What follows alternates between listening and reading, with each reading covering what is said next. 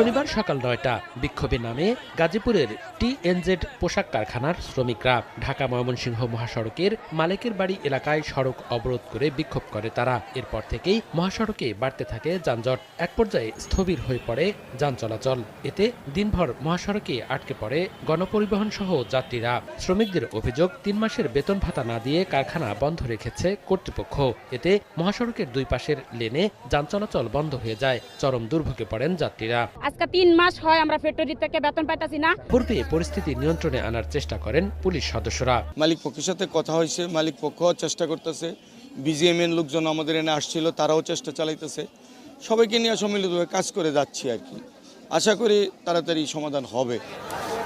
শ্রমিকদের আন্দোলনের কারণে নিরাপত্তার শঙ্কায় সারাদিন বন্ধ রয়েছে আশপাশের আরও 5টি কারখানার উৎপাদন। সময় সংবাদ, গাজীপুর।